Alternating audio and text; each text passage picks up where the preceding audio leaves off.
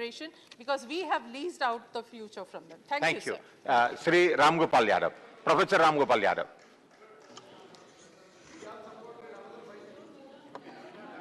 धन्यवाद श्रीमान। मैं 2-3 मिनट में 2-3 बात ही कहूँगा। नंबर 1 तो ये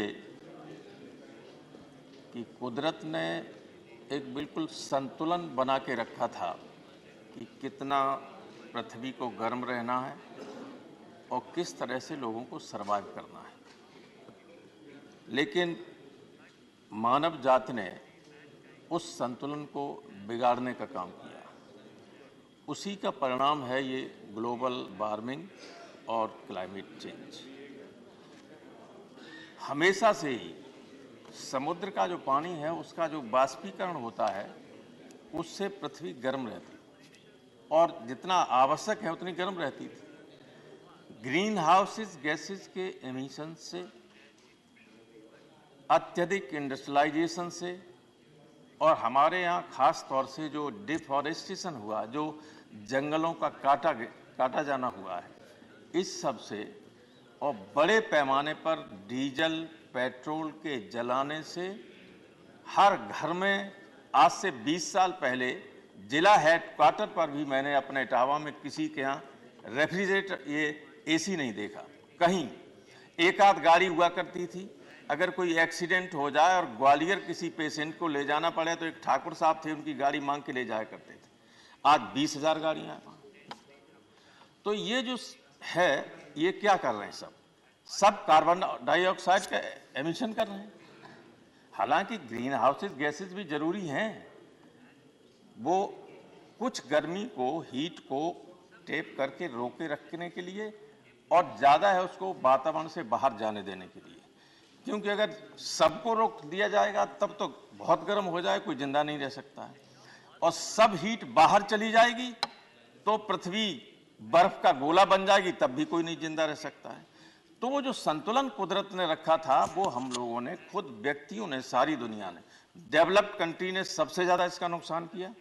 हिंदुस्तान पे आरोप लगाया कि धान की फसल कम करो, इसमें मीथेन बहुत एमिशन होता है जो वातावरण को खराब कर रही है। आप जानते हैं, बिल्कुल। अमेरिका कहता था हिंदुस्तान जब धान की फसल बंद करो, इनकी इंडस्ट्रीज में सबसे ज्यादा निकल रही है, एमिशन हो रहा है, दुनिया को नुकसान हो रहा है।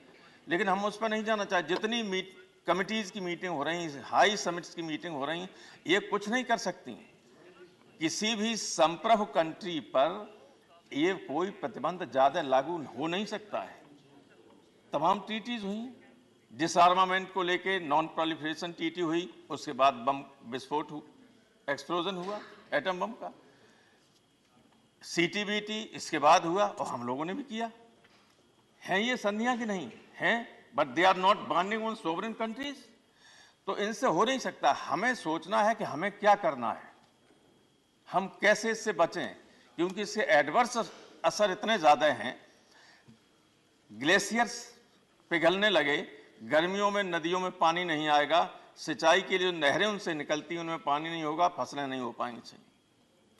लोग कहते हैं कि 20 साल बाद दिल्ली में जमुना सूख जाएगी या सिर्फ ये दिल्ली का जो पानी आता है घरों का, उसका नाला बन के रह जाएगी। ये स्थिति है। नए किस्म के तमाम रोग जिनका नाम पहले किसी ने नहीं सुना था, इसकी वजह से, इन्हीं सब की वजह से हो रहा है। नई नई बीमारी, पुरानी बीमारियां थी, सबका इलाज था, सबकी दवाइयां थी, सबकी खोज कर ली गई थी। अब नया आता है, कोरोना आया तो पता चला वैक्सीन को डेवलप करने में इतना टाइम लगा, तब तक बहुत सारे लोग मर गए, लेकिन we did it very efficiently. हमारे तो प्रश्न यह है, ये जो सारी दिक्कतें पैदा होने वाली हैं उनको रोकना तो हमें ही होगा। माननीय मंत्री जी, एक तो आप ये कीजिए कि जो जंगल कट रहे हैं उन पर सख्ती से रोक लगाने की कोशिश कीजिए, सख्ती से, क्योंकि बहुत इतने बड़े माफिया हो गए हैं जंगल लकड़ी काटने वाले कि आज से 20 साल पहले उत्तराखंड में जहाँ गए, जहाँ इतने बड़े पैमाने पर टीक और इसके जंगल खड़े रहते थे, अब वो सब बेगड़े हो गए, सब कट गए धीरे धीरे। एक बार मैं गया गुजरात में, आपको मालूम है एक बार ऐसे ही हुआ था, चर्चेज वगैरह में आग लगाई गई, तो हम जनेश्वर मिश्र जी के नेतृत्व में गए। तो एक डांग जिला है, डांग, उसमें गए तो मैं सो गया था गाड़ी में, जगह तो लगा उत्तराखंड में आ गए। ठंडी हवा चले और बढ़िया टीक के और साल के साखू के पेड़ खड़े हुए, जंगल बिल्कुल उसी तरह का।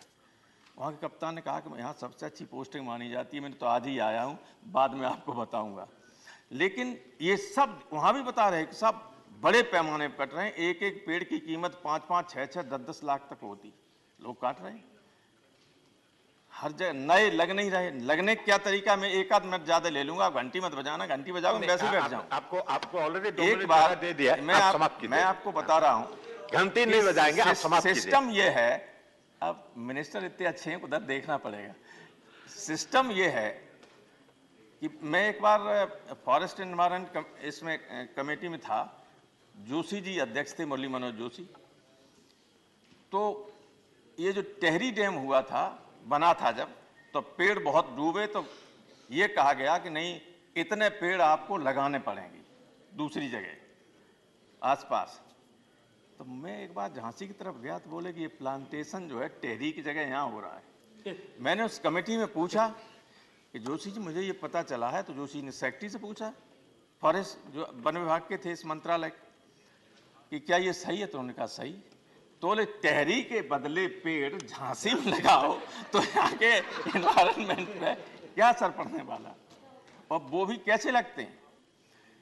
देखिए यहाँ किसी पे दोषारोपण मैं नहीं करना चाहता हूँ, एवरीबडी, अगर कोई कहे कि साहब इसमें तो कुछ लोग दोषी हैं, तो सांस लेते हैं हम तब भी कार्बन डाइऑक्साइड निकलती, हर आदमी कुछ न कुछ कंट्रीब्यूट कर ही रहा है, लेकिन इसके बिना जिंदा भी तो नहीं रह सकता है। हम कहीं सांस मत लीजिए साहब, कार्बन डाइऑक्साइड हर आदमी एमिशन कर रहा है, तो कोई फिर सरवाइव कैसे करेगा? तो वो तो एसेंशियल है, लेकिन पेड़ के नाम पर बबूल के दाने, हमारे चंबल के बीहड़ के ऊपर एक एयर कुछ गन होती है जिससे वो फायर करते हैं जंगल में, बीहड़ों में, रेविन्स में, और वो बीज जो है उसका जमीन में घुस जाता है, फिर वो उग जाता है। वो सब बबूल के पेड़ होते हैं जो कोई काम के नहीं होते, न ज़्यादा उन्हें पत्ते होते हैं, जो ज़्यादा बड़े होते हैं जिससे ऑक्सीजन की मात्रा भी मिले, तो नहीं होता है। लेकिन वो कहते हैं कि 5 रुपए का पेड़ था, हमने जोशी जी से कहा कि 5 रुपए में 1000 बबूल के बीज आते, और इन्होंने 5000 पेड़ लगा दिए और 25,000 रुपया गवर्नमेंट से ले लिया। ये नहीं होना चाहिए। ठीक है, प्लांटेशन कीजिए, डिफॉरेस्टेशन को रोकिएगा किसी तरीके से, और ये संभव तो नहीं है, वरना अब हर आदमी की जिम्मेदारी तो बनती है। घर से 100 मीटर दूर भी जाएगा तो बिना गाड़ी में बैठे नहीं जा सकता, ये स्थिति हो गई। एक एक घर में 10-10 गाड़ियां खड़ी हुई हैं।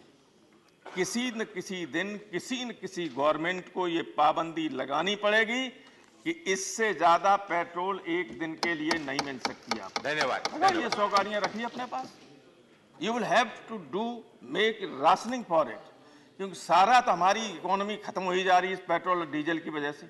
इंपोर्ट करते करते इतने बड़े पैमाने पर पैसा विदेशों में जा रहा है, और अनावश्यक रूप से खर्च हो रहा है, लग्जरी में खर्च हो रहा है। ये सारे कोशिशें करनी पड़ेंगी, प्रयास करना पड़ेगा, और किसी न किसी को ये